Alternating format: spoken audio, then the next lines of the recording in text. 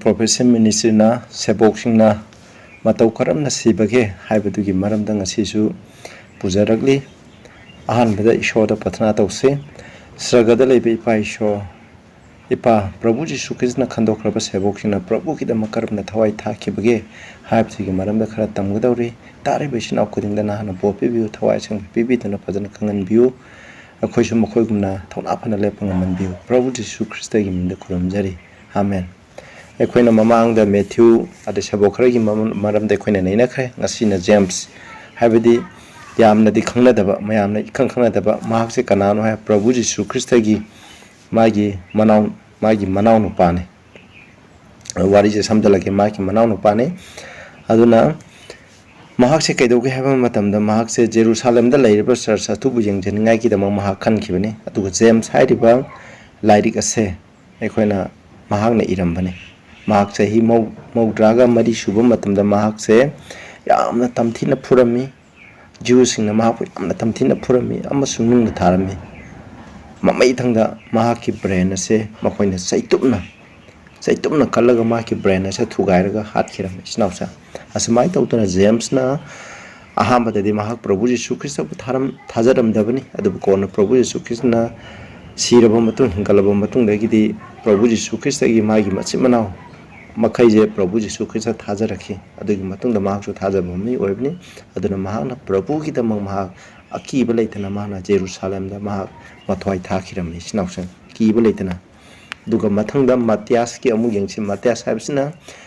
Judasna, Prabhu Jisu Krishna, Serana, the Pitokre, the Matunda, Mahaki Mahotsin, Nagita Sebo Amakali, Haribo Kali was Sebo, Dubu Matiasko, Aduna Mahak say. Mahaksu Prabhu Jisu Krishna gi damak Jerusalem da thabakana ishogi wapau Prabhu Jisu Krishna siba hinkatpa adugi wapau sandolami hariba matam asra mahakpu Jerusalem da nungna tharami adugi matungda mamai thangda mahakpu mangak kaktuna hapikirame yamna tamthiba mongda mahak sikirame sinausen aduga mathangde Andrew Peter gi manau Andrew asigi maramda magi machimnau Andrew asigi maram moi machimnau Peter maga Andrew ga machimnau ni Andrew Sisu Kamai Romi Mahana Ishogi Pause, Asia the lady by Asia Minor the lady by Labaxing Asida Mahana Ishogi Pause, Labakamurum de Ishogi Pox and Domi, Aduga Ides Hidebum Pombazida Mark, Mount Hego Womatam the Mahapo Parami, Aduga Mahase cross the Pangting than Halame. Mahana cross the Pangting than Harpegi Mondi, cross a say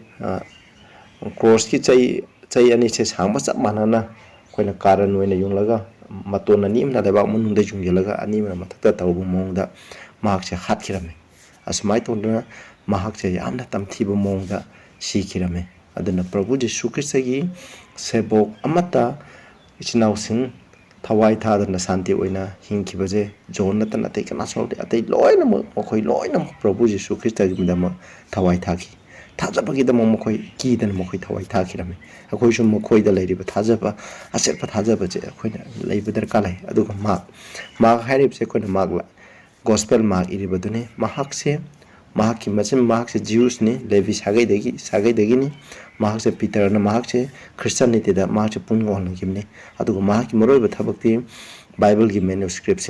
Bible sing as it topaki tabakse, Sintopaki tabakse Mahana, Taurame. Aduna Mahana Gospel Hidebase Greek Lon the Man Irambani, Adubu Mahakse, Alexandria the Ladyba. I can Africa Alexandria, Africa Mahadeski, Alexandria the Labor, Mapum the Mahaku, Mayam, Soro, Maceta, Mukai, Sinkairami, Makong Mokutin Kairaga, Masamo the Sinkairaga, Makia the Mina, Mogi, Lai Mutri, Hadis Hera, Pisari Basigi. Asigi Magi Kumayam Matam the Macha Sagaraga Mapu Hatokirame. As my told the master, Minung she outna Mark Shikirame. Snauta, Aduna Mana Probukidam Shib the Su Iramde, as my told the Mark Sui Amatam Tiba Mong the Halame. A more equina Peter Gimaram Yangshi, Aduka Peter Hibasisu, Equina Kange, Mark said, Ishona board people Peter, Probuchi Sukista Homla Yadaba. Aduga Mahaksu Sinai Kitama Masu Sinaba Aduga Mahakse Kedokanda, Prabhu Jisu Krishna Donako, cross the Pang Tunga Hani the Moma condemned to get. ꯑꯗꯨ ꯃꯥꯁꯦ ꯀꯔꯤ ꯀꯃꯥꯏꯅ ꯁꯤꯕꯅꯣ ꯍꯥꯏꯕ ꯃꯇꯝꯗ ꯅꯦꯔꯣꯒꯤ ꯃꯇꯝꯗ ꯅꯦꯔꯣꯅ ꯈ꯭ꯔꯤꯁꯇꯥꯟꯗ ꯑꯁꯨꯛꯀꯤ ꯃꯇꯤꯛ ꯇꯨꯀꯠꯆꯩ ꯑꯗꯨꯅ ꯔꯣꯝꯁꯦ ꯃꯍꯥꯛꯅ ꯅꯨꯃꯤꯠ 9ꯅꯤ ꯆꯨꯞꯅ ꯔꯣꯝꯒꯤ ꯄꯦꯂꯦꯁ ꯂꯩꯔꯤꯕ ꯔꯣꯝ ꯁꯤꯇꯤꯁꯦ ꯂꯣꯏꯅ ꯃꯩ ꯊꯥꯗꯣꯛꯄꯅꯤ ꯑꯗꯨꯒ ꯊꯥꯗꯣꯛꯑꯕ ꯃꯇꯨꯡꯗ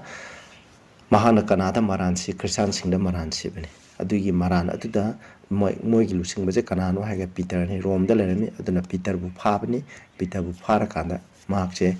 ꯑꯁꯨꯃꯥꯏꯅ ꯇꯧꯗꯅ ꯃꯍꯥꯛꯄꯨ ꯍꯥꯠꯅꯤꯡꯉꯥꯏ ꯗꯟꯗꯤ ꯄꯤꯕꯅꯦꯕ ꯑꯗꯨꯕꯨ ꯑꯁꯨꯃꯥꯏꯅ ꯇꯧꯅ ꯔꯣꯝꯗ ꯂꯩꯕ ꯈ꯭ꯔꯤꯁꯇꯥꯟꯁꯤꯡꯅꯗꯤ ꯄꯤꯇꯔꯁꯦ ꯆꯦꯟꯈ꯭ꯔꯣꯅ ꯀꯟꯅ ꯍꯥꯏꯖꯕꯅꯤ ꯑꯗꯨꯕꯨ ꯃꯍꯥꯛꯅ ꯆꯦꯟꯅꯕ ꯃꯣꯏꯅ ꯀꯟꯅ ꯊꯧꯃꯟꯕꯗꯒꯤ ꯊꯣꯛꯂꯛꯄ ꯃꯇꯝꯗ ꯃꯍꯥꯛꯅ ꯄ꯭ꯔꯚꯨ ꯖꯤꯁꯨ ꯈ꯭ꯔꯤꯁꯇꯁꯦ ꯎꯏ ꯍꯥꯏ ꯎꯕ ꯃꯇꯝꯗ ꯃꯍꯥꯛꯅ ꯄ꯭ꯔꯚꯨꯅ ꯃꯥꯅ ꯈꯨꯔꯨꯝꯗꯨꯅ ꯍꯥꯏ ꯄ꯭ꯔꯚꯨ ꯅꯪ ꯀꯗꯥꯏ ꯆꯠꯀꯅꯤ ꯍꯥꯏ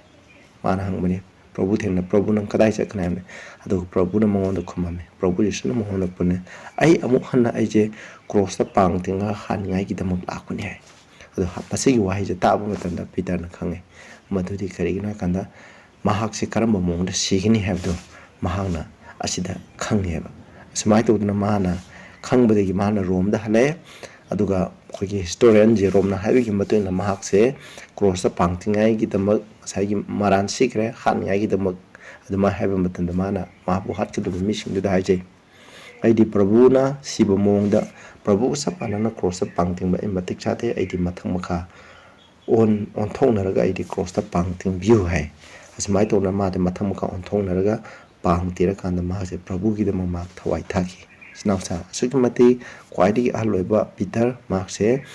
ꯑꯁꯨꯃꯥꯏꯅ ꯇꯧꯗꯅ ꯃꯥꯁꯦ ꯁꯤꯈꯤꯔꯝꯃꯤ ꯑꯗꯨꯒꯤ ꯃꯊꯪꯗ ꯄꯣꯜ ꯑꯃꯨꯛ ꯀꯃꯥꯏꯅ ꯁꯤꯕ꯭ꯔꯥ ꯍꯥꯏꯕꯁꯤ ꯌꯦꯡꯁꯦ ꯑꯩꯈꯣꯏꯅ ꯈꯪꯉꯦ ꯄꯣꯜ ꯍꯥꯏꯕꯁꯦ ꯃꯥ ꯑꯍꯥꯟꯕꯗ ꯁꯣꯜ ꯀꯧꯔꯝꯃꯤ ꯑꯗꯨ ꯃꯥꯅ ꯄꯨꯡ ꯍꯣꯡꯂꯕ ꯃꯇꯨꯡꯗ ꯃꯍꯥꯛꯁꯦ ꯄꯣꯜ ꯀꯧꯕꯅꯤ ꯃꯍꯥꯛꯅ ꯃꯐꯝ ꯀꯌꯥ ꯃꯔꯣꯝꯗ ꯃꯍꯥꯛꯅ ꯂꯝ ꯀꯣꯏꯕ ꯆꯠꯂꯒ ꯑꯦꯁꯤꯌꯥꯒꯤ ꯃꯐꯝ ꯇꯣꯉꯥꯟ ꯇꯣꯉꯥꯟꯕ ꯒ꯭ꯔꯤꯁ ꯇꯣꯉꯥꯟ ꯇꯣꯉꯥꯟꯕ ꯃꯐꯝꯁꯤꯅ ꯃꯍꯥꯛꯅ ꯃꯐꯝ ꯈꯨꯗꯤꯡꯗ ꯑꯩꯈꯣꯏꯅ ꯏꯁꯣꯔꯒꯤꯗꯃꯛ ꯄ꯭ꯔꯚꯨ ꯖꯤꯁꯨ ꯈ꯭ꯔꯤꯁꯇꯒꯤ ꯑꯐꯕ ꯄꯥꯎ ꯄ꯭ꯔꯚꯨꯅ ꯁꯤꯈꯤꯕ ꯍꯤꯡꯀꯠꯈꯤꯕ ꯃꯁꯤꯒꯤ ꯑꯐꯕ ꯄꯥꯎꯁꯦ ꯂꯣꯏꯅ ꯁꯟꯗꯣꯛꯂꯝꯃꯤ ꯑꯗꯣ ꯃꯥꯅ ꯃꯐꯝ ꯈꯨꯗꯤꯡꯗ ꯁꯟꯗꯣꯛꯂꯝꯃꯤ ꯑꯗꯨꯒ ꯍꯥꯏꯔꯤꯕ ꯁꯟꯗꯣꯛꯄꯁꯤꯅ ꯃꯥꯁꯨ ꯅꯦꯔꯣꯒꯤ ꯃꯈꯥꯗ ꯃꯍꯥꯛꯁꯦ ꯑꯋꯥꯕ ꯅꯪꯕꯅꯤ ꯑꯩꯈꯣꯏꯅ ꯈꯪꯉꯤ ꯃꯥ ꯖꯦꯔꯨꯁꯥꯂꯦꯝꯗ ꯍꯜꯂꯛꯑꯦ ꯃꯌꯥꯝ ꯆꯠꯂꯕ ꯃꯇꯨꯡꯗ ꯁꯦꯕꯣꯛꯁꯤꯅ ꯖꯦꯔꯨꯁꯥꯂꯦꯝ ꯆꯠꯀꯅꯕꯅꯤ ꯖꯦꯔꯨꯁꯥꯂꯦꯝꯗꯒꯤ ꯐꯥꯔꯕ ꯃꯇꯨꯡꯗ ꯃꯥꯁꯦ ꯋꯥꯌꯦꯜ ꯇꯧꯅꯕ ꯆꯠꯊꯕ ꯃꯇꯝꯗ ꯃꯥꯁꯦ ꯔꯣꯝꯗ ꯄꯨꯕꯤꯌꯨ ꯍꯥꯏꯕꯅꯤ ꯑꯗꯨꯃꯥꯏꯅ ꯇꯧꯗꯅ ꯔꯣꯝꯗ ꯄꯨꯕꯤ ꯑꯗꯨ ꯃꯇꯝꯁꯤꯗ ꯔꯣꯝꯗ ꯅꯦꯔꯣꯅ ꯅꯤꯡꯊꯧ ꯑꯣꯏꯕ ꯃꯇꯝꯅꯤ ꯑꯗꯨꯅ ꯃꯍꯥꯛꯁꯦ ꯑꯗꯨꯒ ꯔꯣꯝꯗꯒꯤ ꯃꯥꯅ ꯆꯤꯊꯤ ꯀꯌꯥꯃꯔꯨꯝ ꯏꯔꯝꯃꯤ ꯑꯩꯈꯣꯏꯅ ꯂꯩꯔꯤꯕ ꯑꯩꯈꯣꯏꯅ ꯕꯥꯏꯕꯜꯗ ꯌꯥꯎꯔꯤꯕ ꯂꯦꯇꯔ ꯃꯌꯥꯝ ꯑꯃꯁꯦ ꯑꯌꯥꯝꯕꯅ ꯃꯥꯅ ꯔꯣꯝꯗꯒꯤ ꯏꯕ ꯃꯌꯥꯝ ꯑꯃꯁꯨ ꯌꯥꯎꯔꯝꯃꯤ ꯑꯗꯨꯅ ꯃꯍꯥꯛꯁꯦ ꯍꯥꯠꯅꯤꯡꯉꯥꯏꯒꯤꯗꯃꯛ ꯑꯕꯤꯗ꯭ꯌꯥꯁ ꯍꯥꯏꯔꯤꯕꯁꯤꯅ ꯅꯦꯔꯣꯒꯤ ꯃꯈꯥꯗ ꯂꯩꯕ ꯑꯕꯤꯗ꯭ꯌꯥꯁꯅ ꯃꯍꯥꯛꯄꯨ ꯍꯥꯠꯅꯤꯡꯉꯥꯏꯒꯤꯗꯃꯛ ꯃꯥꯅ ꯍꯥꯠꯅꯤꯡꯉꯥꯏꯒꯤ ꯌꯥꯊꯪꯁꯦ ꯃꯥꯅ ꯄꯤꯕꯅꯤ ꯑꯗꯨꯅ ꯍꯥꯏꯔꯤꯕ ꯑꯗꯨꯗ ꯃꯥꯅ ꯅꯦꯔꯣꯅꯀꯣ ꯃꯍꯥꯛꯀꯤ ꯂꯣꯌꯔ ꯑꯅꯤ ꯊꯥꯔꯒ ꯀꯅꯥꯅ ꯐꯦꯔꯦꯒꯥ ꯑꯃꯁꯨꯡ ꯄꯥꯔꯊꯦꯃꯦꯁ ꯍꯥꯏꯔꯤꯕ ꯂꯣꯌꯔ ꯑꯅꯤꯁꯦ ꯊꯥꯔꯦ ꯃꯥꯅ ꯄꯣꯜꯅ ꯁꯤꯕꯒꯤ ꯄꯥꯎꯗꯣ ꯅꯦꯔꯣꯗ ꯄꯨꯔꯛꯅꯤꯉꯥꯏ ꯊꯥꯕꯅꯦ ꯑꯗꯨ ꯃꯇꯝꯗ ꯃꯈꯣꯏꯅ ꯄꯣꯜꯗ ꯂꯥꯛꯑꯀꯥꯟꯗ ꯃꯉꯣꯟꯗ ꯍꯥꯏꯖꯔꯝꯃꯤ ꯃꯉꯣꯟꯗ ꯄ꯭ꯔꯊꯅꯥ ꯇꯧꯔꯝꯃꯤ ꯃꯗꯨꯗꯤ ꯄꯣꯜꯅ ꯃꯈꯣꯏꯒꯤꯗꯃꯛ ꯄ꯭ꯔꯊꯅꯥ ꯇꯧꯕꯤꯌꯨꯅ ꯍꯥꯏꯔꯝꯃꯤ ꯃꯔꯝꯗꯤ ꯃꯈꯣꯏꯅ ꯄ꯭ꯔꯚꯨ ꯖꯤꯁꯨ ꯈ꯭ꯔꯤꯁꯇꯗꯣ ꯊꯥꯖꯅꯤꯡꯉꯥꯏꯒꯤꯗꯃꯛ ꯄ꯭ꯔꯊꯅꯥ ꯇꯧꯕꯤꯌꯨꯅ ꯍꯥꯏꯔꯝꯃꯤ ꯑꯗꯨꯒ ꯃꯥꯅ ꯁꯤꯔꯕ ꯃꯇꯨꯡꯗ ꯃꯥꯅ ꯐꯣꯡꯒꯗꯧꯔꯤꯕ ꯃꯣꯡꯐꯝ ꯑꯗꯨꯗ ꯃꯈꯣꯏꯁꯨ ꯂꯥꯏꯃꯤꯡ ꯂꯧꯒꯦꯅ ꯑꯁꯨꯃꯥꯏꯅ ꯍꯥꯏꯖꯔꯝꯃꯤ ꯑꯗꯨ ꯃꯇꯝꯗ ꯄꯣꯜꯅ ꯃꯈꯣꯏ ꯑꯅꯤꯒꯤꯗꯃꯛ ꯄ꯭ꯔꯊꯅꯥ ꯇꯧꯔꯦ ꯄ꯭ꯔꯊꯅꯥ ꯇꯧꯔꯕ ꯃꯇꯨꯡꯗ ꯃꯥꯅ ꯍꯥꯏꯖꯕꯤꯔꯕ ꯃꯇꯨꯡꯗ ꯃꯍꯥꯛꯁꯦ ꯃꯈꯣꯏꯒꯤ ꯃꯤ ꯍꯥꯠꯐꯝ ꯑꯗꯨꯒꯤ ꯃꯃꯥꯡꯗ ꯄꯣꯔꯦ ꯑꯗꯨꯒ ꯃꯥꯒꯤ ꯃꯉꯛꯁꯦ ꯑꯩꯈꯣꯏꯅ ꯊꯥꯡꯅ ꯀꯛꯑꯒ ꯃꯍꯥꯛꯁꯦ ꯍꯥꯠꯈꯤꯕꯅꯤ ꯑꯁꯨꯃꯥꯏꯅ ꯇꯧꯗꯅ ꯄꯣꯜꯁꯨ ꯄ꯭ꯔꯚꯨ ꯖꯤꯁꯨ ꯈ꯭ꯔꯤꯁꯇꯒꯤꯗꯃꯛ ꯃꯍꯥꯛ ꯊꯋꯥꯏ ꯊꯥꯈꯤ ꯑꯗꯨꯅ ꯄ꯭ꯔꯚꯨ ꯖꯤꯁꯨ ꯈ꯭ꯔꯤꯁꯇꯒꯤ ꯑꯐꯥꯎ ꯁꯟꯗꯣꯛꯄ ꯍꯥꯏꯅꯤꯡꯉꯥꯏ ꯂꯩꯇꯅ ꯄ꯭ꯔꯚꯨꯒꯤꯗꯃꯛ ꯀꯤꯕ ꯂꯩꯇꯅ ꯑꯍꯥꯟꯕꯗ ꯄ꯭ꯔꯚꯨ ꯖꯤꯁꯨ ꯈ꯭ꯔꯤꯁꯇꯒꯤ ꯁꯦꯕꯣꯛꯁꯤꯡꯕꯨ ꯃꯍꯥꯛꯅ ꯑꯣꯠ ꯅꯩꯈꯤꯕ ꯑꯗꯨꯒꯤ ꯃꯍꯨꯠꯇ ꯀꯣꯟꯅꯗꯤ ꯃꯥ ꯄ꯭ꯔꯚꯨꯒꯤꯗꯃꯛ ꯊꯋꯥꯏ ꯊꯥꯕ ꯃꯥ ꯀꯤꯈꯤꯔꯝꯗꯦ ꯑꯁꯨꯃꯥꯏꯅ ꯃꯥ ꯄ꯭ꯔꯚꯨꯒꯤꯗꯃꯛ ꯊꯋꯥꯏ ꯊꯥꯔꯝꯃꯤ ꯑꯗꯨꯒ ꯑꯃꯨꯛ ꯑꯩꯈꯣꯏꯅ ꯖꯨꯠ ꯍꯥꯏꯔꯤꯕ ꯑꯁꯤꯁꯨ ꯌꯦꯡꯈꯤ ꯃꯁꯤꯁꯨ ꯖꯦꯝꯁꯀꯤ ꯃꯆꯤꯟ ꯃꯅꯥꯎꯅꯤ ꯑꯗꯨꯒ ꯃꯍꯥꯛꯁꯦ ꯊꯥꯗꯤꯑꯣꯁ ꯍꯥꯏꯅ ꯈꯪꯅꯩ ꯑꯗꯣ ꯃꯍꯥꯛꯁꯨ ꯏꯗꯦꯁꯥ ꯍꯥꯏꯔꯤꯕ ꯃꯐꯝꯁꯤꯗ 72 ADꯗ ꯃꯍꯥꯛꯁꯨ ꯀ꯭ꯔꯣꯁꯇ ꯄꯥꯡꯇꯤꯡꯉꯒ ꯍꯥꯠꯈꯤꯔꯝꯃꯤ ꯌꯥꯝꯅ ꯇꯝꯊꯤꯕ ꯃꯑꯣꯡꯗ ꯑꯁꯨꯛꯀꯤ ꯃꯇꯤꯛ ꯇꯝꯊꯤꯕ ꯃꯑꯣꯡꯗ ꯃꯍꯥꯛꯁꯨ ꯍꯥꯠꯈꯤꯔꯝꯃꯤ ꯑꯗꯨꯒ ꯃꯊꯪꯗ ꯑꯃꯨꯛ ꯑꯩꯈꯣꯏꯅ ꯄ꯭ꯔꯚꯨꯒꯤ ꯑꯩꯈꯣꯏꯅ ꯄꯥꯈꯣꯟ ꯆꯠꯄ ꯕꯥꯔꯊꯣꯂꯣꯃ꯭ꯌꯨꯁꯦ ꯀꯃꯥꯏꯅ ꯁꯤꯈꯤꯕ꯭ꯔꯥ ꯍꯥꯏꯕꯁꯦ ꯑꯩꯈꯣꯏ ꯌꯦꯡꯁꯦ ꯃꯍꯥꯛꯁꯤꯅ ꯂꯩꯕꯥꯛ ꯀꯌꯥ ꯃꯔꯣꯝꯗ ꯄ꯭ꯔꯚꯨ ꯖꯤꯁꯨ ꯈ꯭ꯔꯤꯁꯇꯅ ꯁꯤꯕ ꯍꯤꯡꯀꯠꯄ ꯃꯁꯤꯒꯤ ꯃꯔꯝꯗ ꯄꯥꯎ ꯁꯟꯗꯣꯛꯂꯝꯃꯤ ꯑꯗꯨꯒ ꯃꯦꯊ꯭ꯌꯨꯒꯤ ꯒꯣꯁꯄꯦꯜ ꯑꯐꯕ ꯒꯣꯁꯄꯦꯜ ꯃꯦꯊ꯭ꯌꯨꯒꯤ ꯒꯣꯁꯄꯦꯜ ꯑꯁꯦ ꯃꯍꯥꯛꯅ India ki loan da mahana haidi Hindi loan da matamduda Hindi orambe Sanskrit orambe ko maduda mahana hantoklam hai aduga hairiba India asda mahana aduguma Prabhu Jesu Christ ga apabo pause mak hantoklam hai ada ko na di mak che yamda tamthina phure aduga mokhoi gi lai muti la pamisingna mokhoi gi asawba control ngamdra lai muti la pasingna bang khudima Christian on kibatari haiduna mokhoi bu mahapu yamna tamthina phuruba matuna cross ta pang tinga hato kirami asamai to dana Bartholomew India da Prabhu Jesu Christ gi pau sandok matam des sandok ngai ki da mamak thawai tha kirami aduna ne India da khona aikoina south lom da Christian myam lai ribse aduga Saint Thomas ju karamna sibra habse khona yengchi ma ki maming je the Dimas har khangnai mahana shogi aphago pause parthia amusung India da sandolami aduna maram oiduna maroina mahaksu India da shogi pause sandokam matamda aikogi Brahman sing khoina Bamon sing priest ngaje purohit abdi India da purohit haraga di kanana Brahman sing ni aduna Brahman sing yamna saurami maram di karigino haide Christianity abje Hindu gi dharma adugi mayokta laibina maram oiduna aduga masinadi masigi apho pausna mi kamaram India ta labor South India ta labor mi kamaram je Christian olak pangameba adugi damang mahapu koina Chennai da koina Manipur haibu mafam sida mahak se tana thilaga mabukta tana thilaga hatokhirame asmai tawdana Thomas Prabhu Jesu Christ gi dam thawai thaki kibalai-tana thawai thaki aduga mu koina mathang di yengse Luke na khoi kamaina sibra habsi yengse aduna Luke habse chumana gospel ekoina Luke haibse ibne mahak se ekoina physician doctor haigu khane ishogo pausan dokni madi doctor ni aduga evangelist ni aduna mahana Paul ga mafam khuding da salami ex haiba lairik ase mahana irambane aduna mahak se ekoina Greece ki mokhoi gi purohit singna laimuti lapu mokhoi gi priest purohit sing aduna mahak se oli pambi amada mahak se pang tinglaga hat khirame asamaina mahak se tamthina si khirame aduga Simon Prabhu Jesu Peter na tapa Simon na kanaba mahak se jilos kai na se mahak se karamna sibram jengche mahak shogi aphabo Prabhu Jesu Christ ga phause Mauritania Africa amasung even Britain haiba mafam sing asida mahana ishogi phause sandolame ade aine maman haigre Acts chapter 8 ta koina Christian sim o naibina maram moiduna sebok sing de tonga mafam da mokhoi loina mafam khaidongna raga Prabhu Jesu Christ ga phause sandokpa satkram neba ade mai tongdana mahak se Britain haiba sita 74 AD da mahak su cross ta pang tinga hatokhirame Prabhu ju cross pang thingna sibnina mahaki matung bana khoju cross pang thingna siu habni hujiti Britain gum de Christian ore hana oitingai da mokhoi je barbarians ko lang phai chapa aduguma misini aduga aikhoina John the Beloved kaina Prabhu Jesu na kwai gi nungsiba manai John mahak je karamna sibra habje khoini yengse mahak se adunda James ki manau nu pane khoina James the Great haiba ji gi manau nu pane anba khoina Stephen gi matung da mahak amuk sibini James se aduna mahana Smyrna Pergamos Sardis Philadelphia Laodicea amasung Thyatira haiba churching ase Asia Minor da labor churching ase mahangna lingkhat pane adubu mahak che Rome da thaningai gi damo yathang lae aduga mahak che Rome da pure puraga Rome da pura matung da ma che khang achwa mata thau soba khang asoba amta domination hariba rong ning thau na tam thikraba ning thau asina Christian bo ha litna hatpa ning thau asina thadarame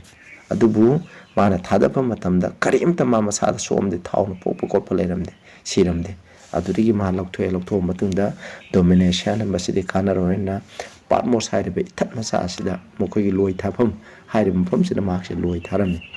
aduna haiba mafam sida loi tha mafam sida mana Prabhu Jesu Christ gi vision pangaga phongdok pi bible lari se ma iramani adugi matungda asai gi domination gi matungda narba haiba jina